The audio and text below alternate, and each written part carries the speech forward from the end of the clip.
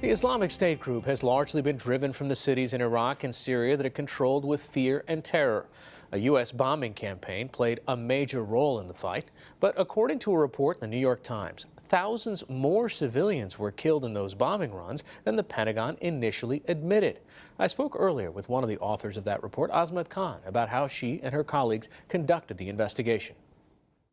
Well, we wanted to see how the coalition, the U.S.-led coalition's air campaign was playing out on the ground.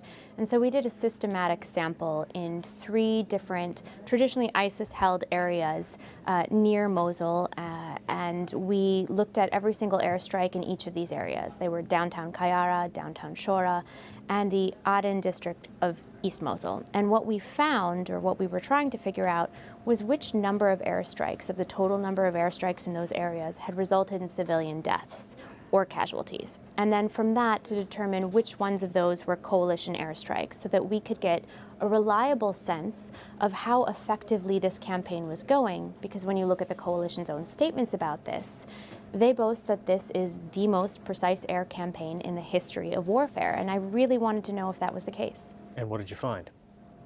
We found that precision might not matter if the intelligence is wrong.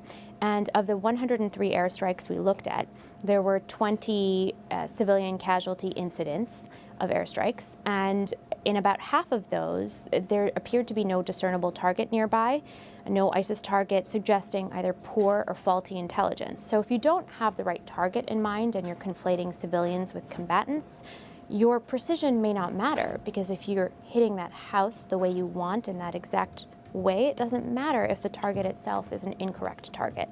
Now, you went back to Central Command with your findings, showed them the kind of reporting that you had done, and compared them to what, their own YouTube videos? Yes, their own YouTube videos, their own previous statements, their own public admissions, or what they've acknowledged as civilian casualty incidents. So I went to the Combined Air Operations Center in Udeid, which is where all of these aircrafts, where U.S. Central Command is for the region, and where these aircrafts take off to bomb in Iraq and Syria.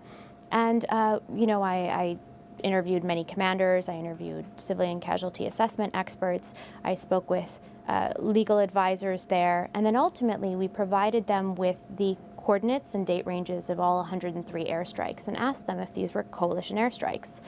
Ultimately, they denied several of them as unlikely, for which I was able to find their own videos that they'd uploaded to military websites of a coalition airstrike taking place in areas where they said, no, that wasn't us. The nearest airstrike we carried out was 600 meters away, or the like. So we were able to check them on how reliable their logs are, and thus whether or not you can question their investigative methods when they receive allegations of civilian casualties. So are they even able to identify when a strike is their own? Because the Iraqi Air Force is also carrying out airstrikes in Iraq. Okay, speaking of allegations, you actually humanized the whole story by following one individual who lost 4 members of his family to an airstrike, a civilian, and he attempts to clear his name and possibly get reparations. How is that process? So Bassem Razo is a unique situation. He's a unique man. He lived in the United States for several years in the 80s. He went to Western Michigan University. He's fluent in English. And he's somebody who was also, you know, more well off than many of the civilian survivors that I've met. So this is a man who was able to meticulously document what happened to him, who was able to prepare a report, who had relatives, including a professor at Yale who was advocating on his behalf, who was able to arrange a meeting at the U.S. Embassy in Baghdad to report his case and bring a document file with him.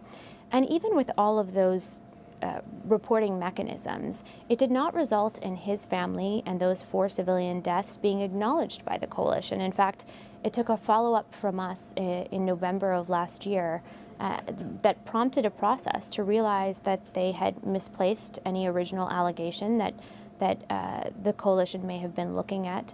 And ultimately, in March of this year, they offered him a payment of $15,000. It's a condolence payment, not meant to compensate him entirely for his homes or the loss of life, but as a gesture of sympathy and gratitude. And in this case, you have him turn down that offer, but this is the best case scenario, right? So if it took him a year and a half to get to that offer and that acknowledgement and still not feel like he's gotten a good answer, What chance do those Iraqi civilian survivors who don't speak English, who don't have those connections or networks, or who haven't met a Western journalist who's taking up their case as a point of inquiry, as a point of journalistic inquiry, what kind of chance do they have at this? All right, the report is called The Uncounted at the New York Times. Azmat Khan, thanks so much for joining us. Thank you for having me.